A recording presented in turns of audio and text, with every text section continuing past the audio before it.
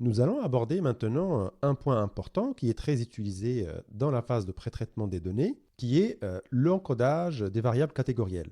Alors, imaginez que vous parlez une langue que votre ordinateur ne comprend pas. Avant de pouvoir travailler ensemble, vous devez trouver un moyen de traduire vos idées dans un langage qu'il peut traiter. Alors, dans le monde de l'analyse de données et du machine learning, nous sommes souvent confrontés à une situation similaire avec les variables catégorielles. Alors, notre but est de transformer ces variables catégorielles, qui représentent des catégories ou des étiquettes, en un format que nos modèles de machine learning peuvent comprendre et utiliser efficacement. C'est ce que nous appelons l'encodage. Alors, je vais expliquer les différents types d'encodage et dans un deuxième temps, je vais illustrer mes propos avec des exemples. Alors, commençons par l'encodage one-hot. Alors, imaginez que vous avez une variable catégorielle comme la couleur avec des valeurs telles que rouge, vert et bleu. Alors, l'encodage one-hot crée une nouvelle colonne pour chaque catégorie possible et utilise des 0 et des 1 pour indiquer la présence d'une catégorie. C'est comme répondre à des questions par oui ou non pour chaque catégorie. S rouge, donc la première colonne va être S rouge,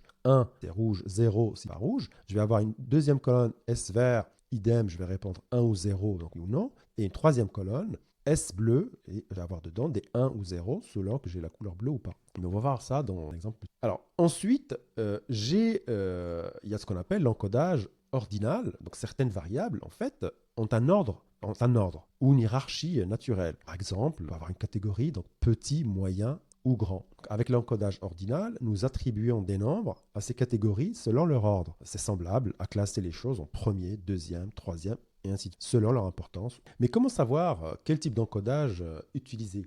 En fait, cela dépend de la nature de votre variable catégorielle et de votre modèle. Je l'ai déjà dit, si l'ordre importe, l'encodage ordinal pourrait être la voie à suivre. Si ce n'est pas le cas, l'encodage one-hot peut être votre meilleur allié. Alors, la clé est de comprendre en fait votre donnée, enfin vos données, et ce que vous essayez de prédire. Enfin, il est crucial de comprendre l'impact de l'encodage sur le modèle. Alors, choisir la bonne méthode d'encodage peut grandement influencer la performance de votre modèle. En effet, un mauvais choix pourrait obscurcir des relations importantes dans vos données ou introduire de la confusion, tandis qu'un bon choix clarifiera et mettra en évidence les motifs et les patterns essentiels à la prédiction. En résumé, l'encodage des variables catégorielles est comme traduire une langue étrangère en quelque chose que notre ordinateur, ou plutôt notre modèle de machine learning, peut comprendre. En choisissant une bonne méthode d'encodage, nous nous assurons que nos modèles tirent le meilleur parti possible de nos données, nous permettant de faire des prédictions précises et significatives.